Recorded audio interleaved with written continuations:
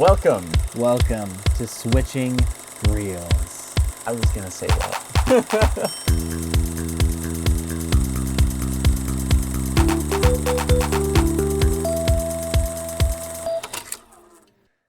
Hi, Connor. Hi, Trenton. How are you? I'm doing all right.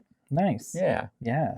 That was a time. It was Yeah. a pretty good movie, actually. Welcome to Switching Reels, everyone. Welcome to Switching Reels. Where we watch Harakiri. Harakiri. Yeah.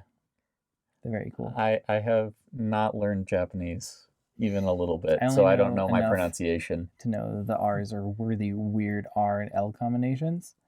It's like D instead of or L. It's a combo. Very strange. Yeah. At least to an English speaker, right? At least to an English speaker. It's super strange. It has always been one thing that has always bothered me about like watching Japanese stuff, because I do really enjoy a lot of it. I don't watch very much anime, but like I've seen a ton of samurai films, and some of their like later like Yakuza stuff, solid. Yeah. Really, really fun. Who's they in this case? Japan. Oh, good. Yeah. Okay, cool.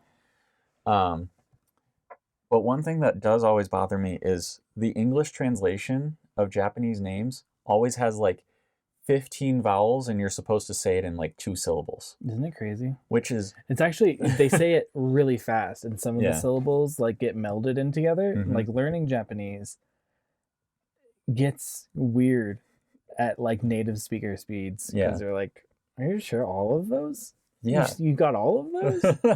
You hit all of them? But I've also been made fun of because I will pronounce all of the syllables. Yeah. And I'm like, sorry. I'm not from this land. I'm from the Americas. I'm trying, guys. Come on. I can't be from, the United States, and also from Japan, and also from France, and also from Italy, and also from Germany, and everywhere that has a strong film culture around it that has made lots of great films. Russia's a weird one because Yeah? there hasn't been a like really strong film movement there, but we've gotten specific directors from there that just absolutely kill it. Interesting. That just love film. Yeah. That's so interesting. Yeah, I can't think of very many Russian movies. So that There's makes some on the sense. list. But if they're not by I'm gonna get his name wrong because there's a very similar author. Lewis C. Clark. No. Arthur C. Clarke. Arthur C. Lewis. No. It's Tartakovsky. That's who it was. I love Russian names. They're so cool. Not to be confused with Adrian Tchaikovsky, who is the author. Oh, I thought he was the music producer. He produces music from old-timey ago. Oh, you're thinking of Tchaikovsky. Tchaikovsky. Yeah. Anyway. I got the first Connor. Good. Anyway, we watched Harakiri. Yeah, that one. Yeah. Very exciting. I'm not going to pronounce any of the names or any of the Japanese words for the rest of this podcast because I'm afraid now. I mean, you'll just have me correcting you, and then you can be like, shut up. Trent. Exactly. I'm afraid of that. Oh, no. But yeah, I really enjoy this movie. Me too.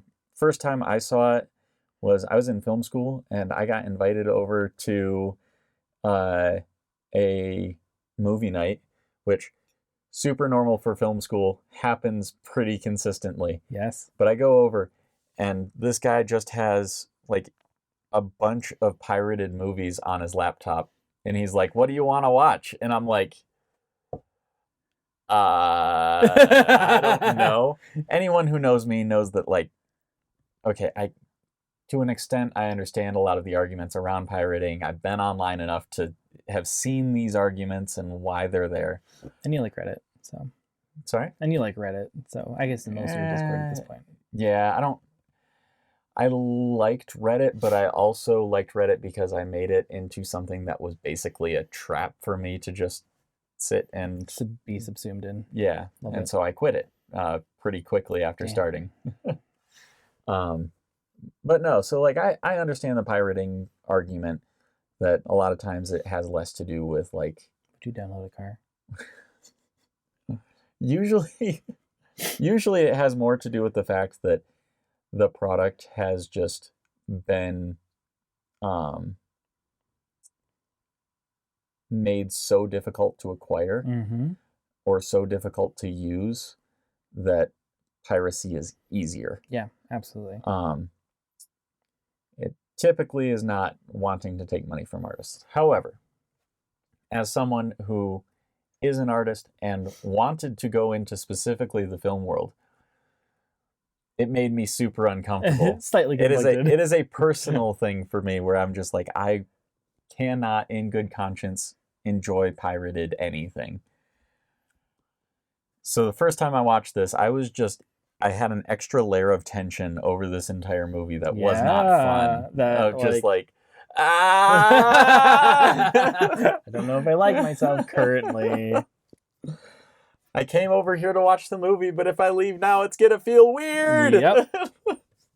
So anyway, yeah, I do really love this film, and we did not watch a pirated copy today. No, we didn't. watched the one that you bought from Yeah. Criterion. Yes, because Criterion is the best. So yeah. Anyway, with that huge preamble done, Love it.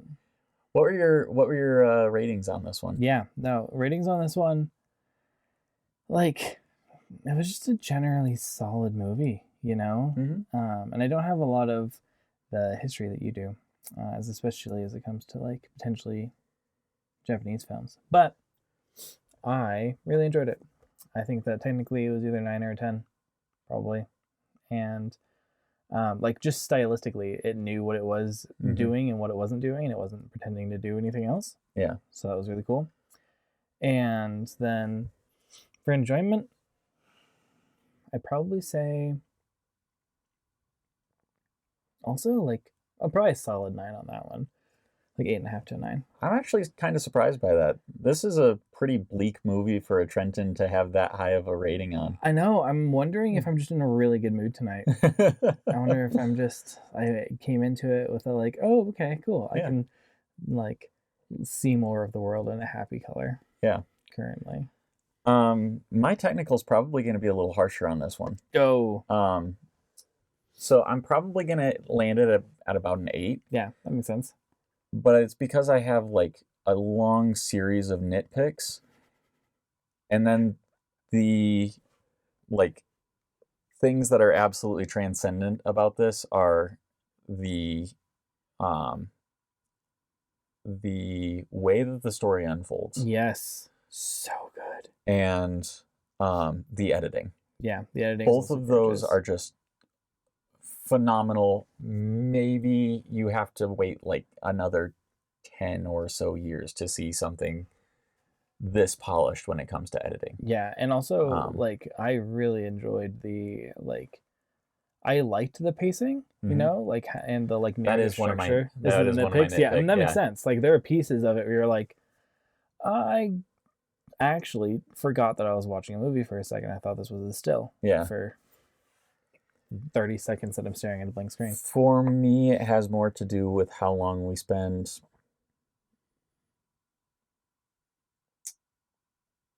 I'm throwing up the spoiler wall real fast. Okay, hey, let's go climb over the spoiler wall. Got my ladder. You've got your door. And yeah. I'm crawling through a window today. Oh, cool. Yeah. Hey, you're joining the cool kids. No. Like, comment, subscribe.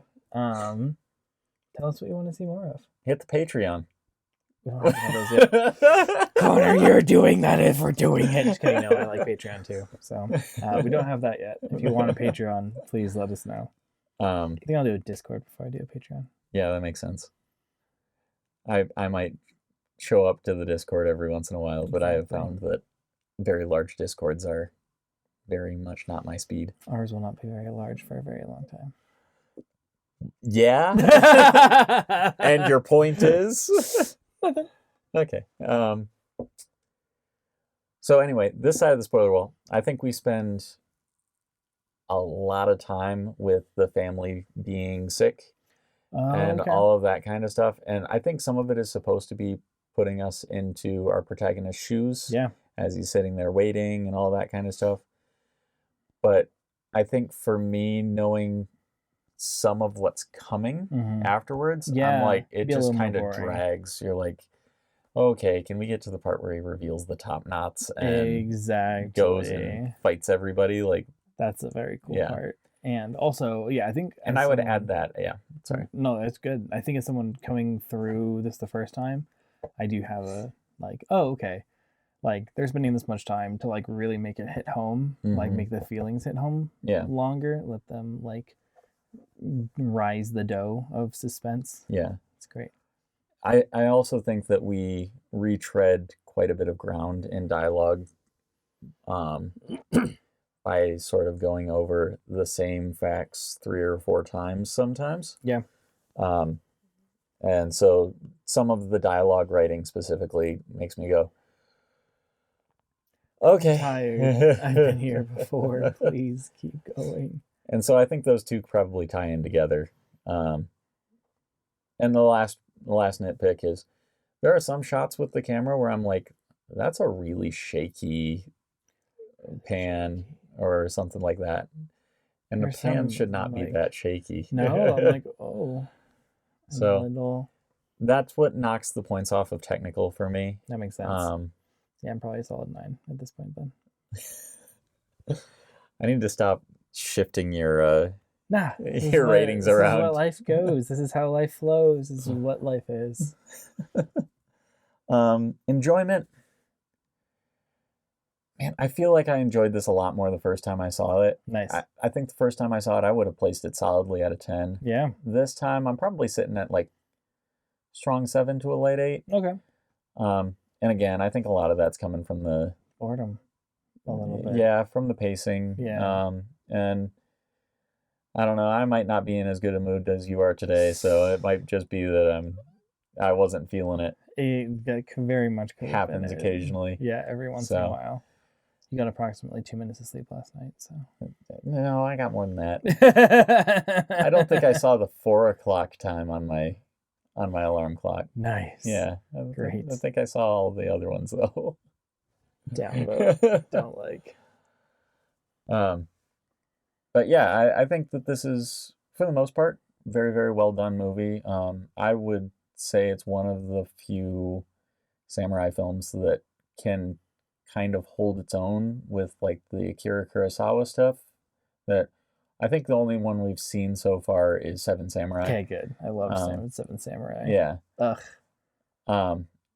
And the director of that movie is kind of seen as like the master of samurai films. Nice. And this came out during the same era that he was making a lot of the films that he's known for. Yeah. So yeah, I think I've heard that this guy has a lot of other films that are really, really good, but I haven't seen any of them, so I couldn't say for sure. Totally.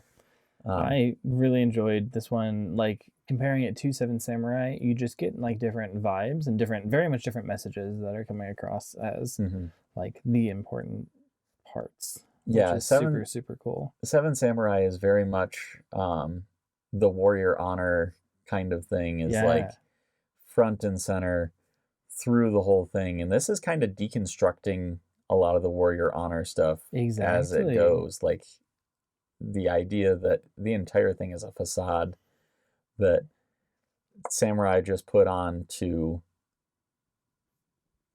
either save face or it becomes their own pride. Yeah, like that is a central theme to this, and I think a really, really strong one.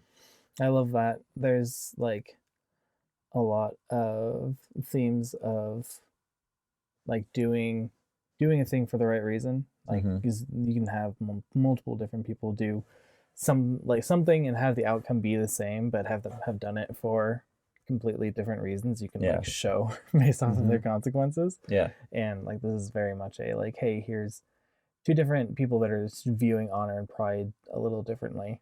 Well, yeah. Or three different people, like a bunch of different people that Yeah. are all seeing this differently. I would say primarily three of them. Yeah. I would say you have, in order of their reveals, you have son-in-law. Yep. Who is his pride and honor is wrapped up in his family. Absolutely. And how well he takes care of his family.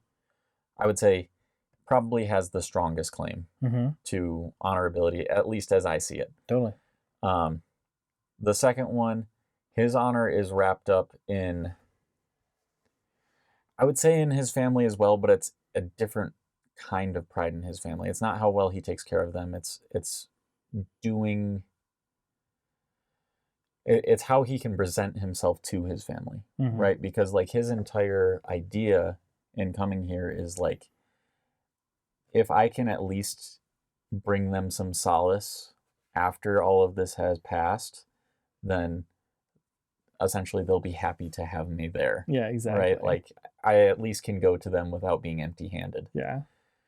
And then you have the last guy. I don't even know if the Commodore guy. Is it?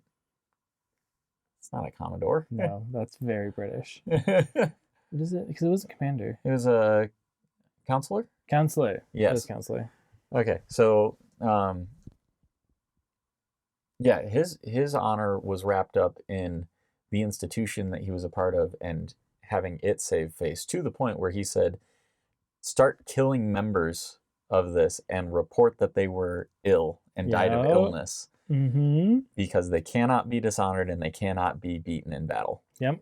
Those were the two rules. And we got to make sure those rules are followed. Yep. So crazy. Yeah. Yeah, it was really, really good. I like the more slice of life, essentially. Like, hey, here's a...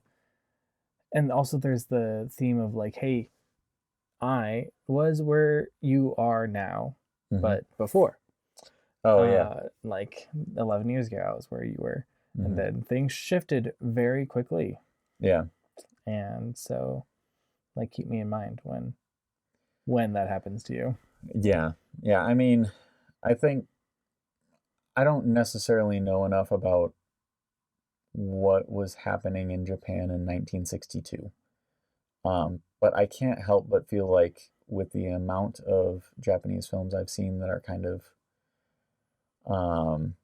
based around poverty and that kind of stuff from that era, if there was a serious issue with finding work and that kind of thing.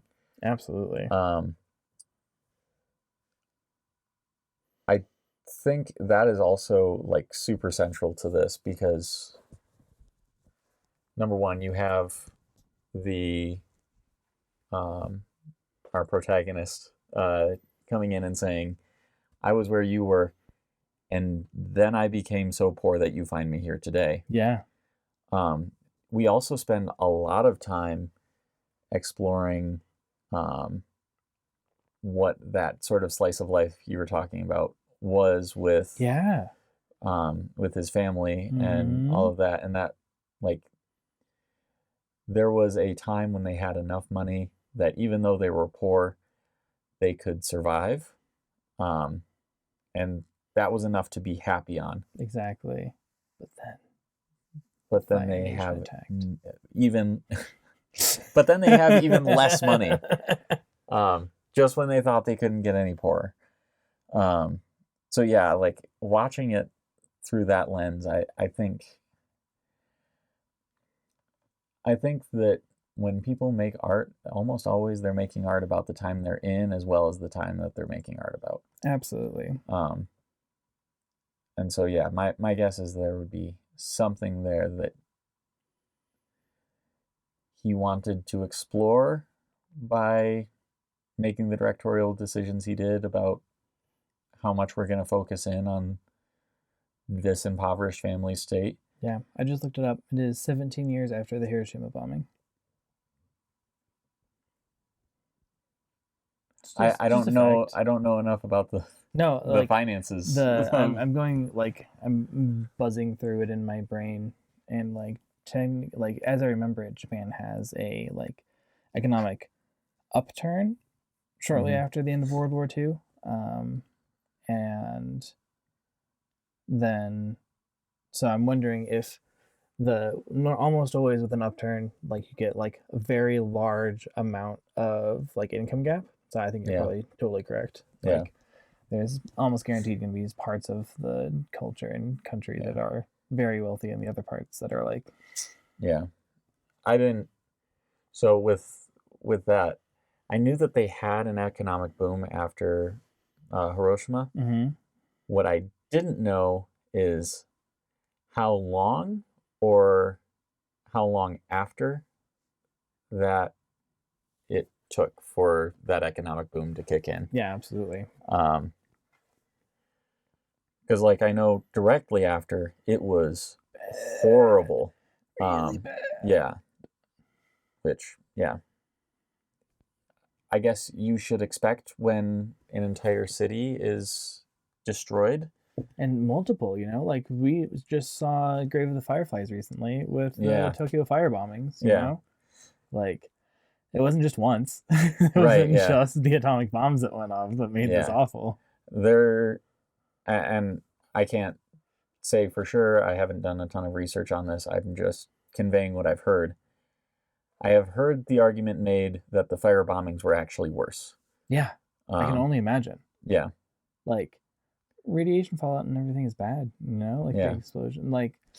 There's possibilities of surviving parts of that. Yeah. And the ability, and some of the infrastructure is still going to be big, just carpeting fire on wooden structures. Yeah. Oh my gosh. Yep. I could totally see that being true. Ugh. So, anyway, we're talking about a specific movie. Yeah, we are. So, yeah, I really, this is one of those movies that I feel has a lot to it, but it's just kind of all on the surface, and you can just look at it and just be like, that's a great movie. Yeah. And I feel like I'm saying that more and more the longer we go with this podcast. But yeah. This one, I don't feel like the themes are super dense. No. I think the characters, this was something that rubbed me the wrong way a little bit. Mm-hmm. You have the protagonist, and it feels like everybody else in the story is sort of ancillary to him. Yeah. Absolutely. There is him and his friend. There is him and his daughter. There is him and his son-in-law. Yeah. And it's him and his grandson. Exactly. Right. Well, the antagonists, I would say, are connected to his son-in-law more than that makes sense to him, but that's it. There are very few frames where you don't have him in it, you know, or things connected to him. Right. Although, if we want to talk standout scenes, the bamboo sword Harakiri, opening is just nuts. It's really nuts. And one, my wife would not have been able to watch it, but also two, they do it. You can't really say that watching someone commit suicide is ever tasteful, but it wasn't something where it was so grotesque that I was like, oh, I have to turn away now. It was just I feel like they managed the intensity of the situation really well. Well, and I think they did exactly what they wanted to with it, because you kind of have this sense of horror, and then it stays there longer than you want it to. It kind of creates a shadow over the entire rest of the movie. Yeah. Which is exactly, I think, what the point was. Exactly. And then I love that being the opening, because then you get to see the rest of the background as we explore Tamagawa? Anyway, the protagonist. Oh, you said his name wrong. Probably. Yeah, I don't know. The protagonist's story. Yeah. Yeah. I will also say,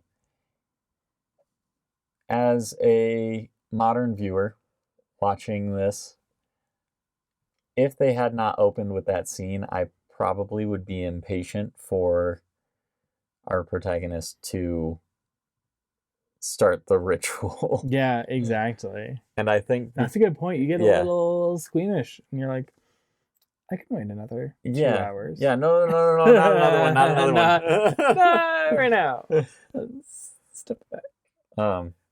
Which, since we brought it up, I do really appreciate the way that this whole thing ended. The fight with everyone. Yeah. All the way to the point where he does commit Harakiri, Mm-hmm. but on his own terms. On his own terms. Which I appreciate for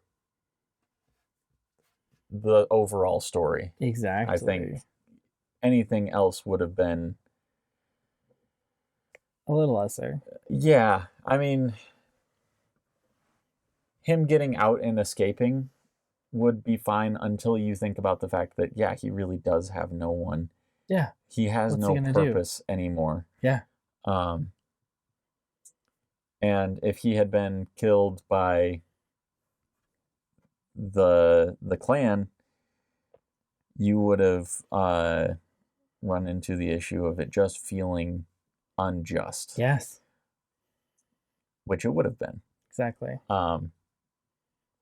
I also think that there was one other possibility, and it's one I've seen a few times in revenge films specifically, but he gets through everyone and dies while he basically ends them. Yeah, exactly. And the issue that I would have with that in this case is the sense of pride and honor that we get from the counselor, the count. Yeah, I think it was counselor. The counselor would not have been explored to the depth that it should have been. Exactly. You get and you even see it with the armor motif, where like it's kind of presiding over everything. And at the end, you get like this very strong sense that it has been sullied. Yeah. Which is just perfect. So beautifully done. Yeah. Yeah, absolutely. And it also allows for a really good payoff to the promise of the protagonist. Like, hey, if you do, like, it has a really nice cause and effect of like, if you do like have everyone fight me, you will kill me. Yeah. But I'm going to take a few of them with me. Like, is that I'll something... at least maim some of them. Yeah, exactly. Like, is that something that you're okay with? Like, you could at least hear me out first. Exactly. Yeah. Like, it was 7-2 final score. And then... Wait, 7-2. Oh, you're including his son-in-law? Yeah. Okay. Well, he killed 4. Oh, okay, so you're including the 3 that he took the top knots from. Exactly, because they died based off of his actions. Okay, I'm still going to say 15 because he maims 8. Yeah, I'm fine with that. I'd probably give them half points, but... All right, fine. I love the 2. Oh, yes, if you count the wife and son, it's 11-4. Oh, jeez. And then, no, you can't really count the uncle, so. All right. You got anything else to say about this movie? It was well executed. This has been Switching Reels with your hosts. What are we watching next week? I don't even know anymore. Yeah, right. I think it's all over the Casablanca. Place. It might Casablanca. be The Usual Suspects. It changed. Like, this one jumped up above American History X recently. So, like, yeah, we're I don't know if we just have more people using the IMDb list, or if like certain movies are getting more exposure than they have before, or if we could watch the 4 movies that we've already seen below this one again. American History X, The Prestige, Leon the Professional, and Spider-Man Across the Spider-Verse. And then it's Casablanca. Okay. And then The Usual Suspects. I'm pretty sure that's changed from earlier today. Almost guaranteed. It's been crazy. Yeah. It's very I don't even know what's going on. This was solid for years. We live in trying times. Turbulent times. Turbulent times. And I'll blame the election. That's it. I don't know why, but I will. Everybody's watching movies because of the election. Yeah. Cool. How do we end this?